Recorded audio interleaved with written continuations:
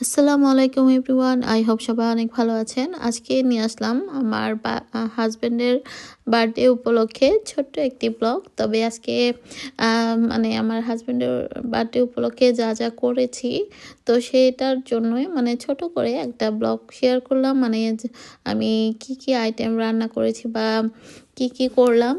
তো গিফট আসলে কিছুই করতে পারিনি। তো সে আম আসলে এই মাসে খুব বিজি থাকে। আমিও আসলে তেমন একা কোথাও যাই না যে গিফট কিনে মানে গিফট করব। তো যাই হোক, কি আর করা। তো রান্না-বান্না করে জাস্ট খাওয়ানো, এছাড়া তো আর উপায় নেই। যখন জব করব আবার তখন ইনশাল্লাহ হয়তো গিফট করব। তো এবছর কোনো গিফট না করতে পারায় নিজের কাছেও খারাপ লাগছিল। তো যাই হোক, কি আর করা, কিছু তো করার নেই। তো আমি ভাবলাম যে বাসায় কিছু ভালো মন্দ রান্না করে খাওয়াই। আর আমার হাজব্যান্ডের যেহেতু আহ, বিরিয়ানি খুব পছন্দ, তো আমি ভাবলাম যে বিরিয়ানি তো সেদিনও খেলাম, তো আজকে একটু তেহারি রান্না করলে কেমন হয়। তো সেই অনুযায়ী তেহারি রান্না করব। আর সঙ্গে যা যা করব সেটা আপনাদের সঙ্গে শেয়ার করব। আর এখানে আমি সম্পূর্ণ রেসিপিটা কিন্তু শেয়ার করিনি। আর একটা চিজ কেক বানিয়েছিলাম প্রথমে, মানে আগের দিন। তো চিজ কেকটা মোটামুটি হয়েছে, তো সাজানোটা বা ডেকোরেশনটা খুব সুন্দর মানে হয়নি, যার জন্য আসলে ওভাবে মন মতো হয় নাই, যার জন্য আবার পরের দিন একটা কেক বানালাম। তো কেকটাও দেখলাম যে ক্রিম কম। মানে কি আর বলবো, যখন বিপদ হয় তখন সব দিকে মানে একসাথে হয়। তো যাই হোক, তারপরেও ফার্স্টে একটা চিজ কেক বানিয়েছি। তো ক্রিমটা আসলে এখানেই বেশিটা লেগে গিয়েছে, আর কেকের জন্য অল্প ছিল। তো যদিও ছোট করেই বানিয়েছি, তারপরেও ছোট হলেও আমাদের দুজনের জন্য কিন্তু এটা বেশ বড়। তো অনেক কিছুই ছিল না বাসায়, বাটার ছিল না। বাটার যেটা ছিল সেটার দেখলাম ডেট শেষ। তো এখন কি করি, তো টেনশনে পড়ে মানে মাথাটাও মেজাজটাও গরম, আমার নিজেরও শরীরটা খারাপ ছিল কয়েকদিন। তো কি আর করা, পরে একটা আইডিয়া করে মানে ঘি অ্যাড করেছি।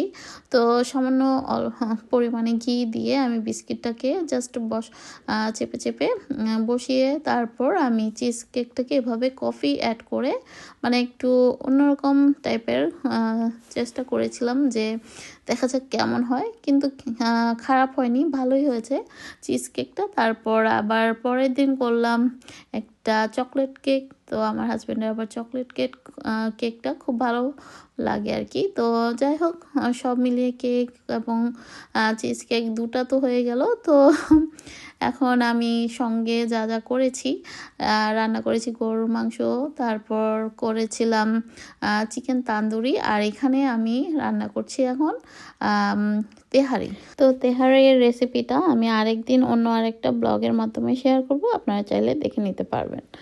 আর রান্না করেছি তান্দুরি চিকেন, সেটার রেসিপিও আমি অলরেডি এর আগেও একবার অ্যাড করেছি। তো আপনারা চাইলে কিন্তু আমি নতুন করে আবার এই চিকেন তান্দুরিটা আমি আবার অ্যাড করতে পারবো। আর আমি যেভাবে চিকেন তান্দুরিটা বাসায় তৈরি করি, মানে ঘরোয়া মশলায়, খুবই সুস্বাদু হয়। আপনারা চাইলে একবার এভাবে ট্রাই করতে পারেন, খুবই ভালো লাগবে আই হোপ। তো আমি কিন্তু চিকেন তান্দুরির সঙ্গে কিছুটা পেঁয়াজ মানে রিং করে এভাবে কেটে নিয়ে ভেজে দিচ্ছি। আর এভাবে পেঁয়াজটা খেতেও অসাধারণ লাগে।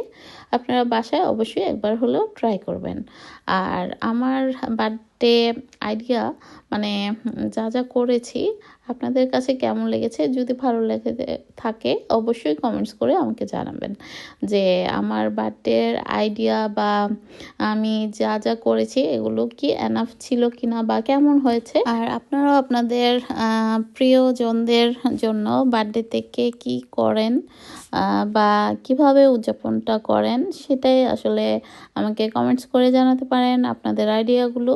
তো নেক্সট টাইমে হয়তো বা আমিও শিখে সেভাবে করার চেষ্টা করব, এই আর কি। তো আমার আইডিয়াটা আপনাদের কাছে কেমন লেগেছে, যে খাবার দিয়ে এনাফ নাকি গিফটও সাথে থাকলে আর একটু বেশ ভালো হতো। অবশ্য গিফট পেতে কার না ভালো লাগে, যেহেতু আমি এখন গিফট দিতে পারছি না। তো ইনশাল্লাহ যখন আবার জব করব, হাতে টাকা থাকবে, নিজের টাকায় গিফট করার মধ্যে যে আনন্দ, হাজব্যান্ডের পকেট থেকে নিয়ে গিফট করা, তার টাকা দিয়ে তাকে গিফট করা, সেটা কিন্তু আসলে তারও ভালো লাগবে না, আমার নিজেরও হাজব্যান্ডেরও ভালো লাগে না, তাই আসলে আমি নিজে থেকে কোনো গিফটই করি না। যেহেতু আমি দেশ থেকে এখানে এসেছি, এখানে আসার পর তো কোনো জবও করিনি বা কোনো আমার এক্সট্রা ইনকামও নেই যে আমি সেই টাকা দিয়ে মানে গিফট করব। তো গিফট করলে আসলে ভালোই লাগে দেখতে এবং শুনতেও। তো আসলে এখন যেহেতু নাই, কিছু করার নাই, তাই রান্না করে খাওয়াইয়ে আম খুশ রাখতে হবে এই আর কি। তো আমার যতটুকু আমার সাধ্যের মধ্যে ছিল, মানে যতটুকু পারি, এর চেয়ে ভালো কুকিং বা বেকিং তো আমি পারি না।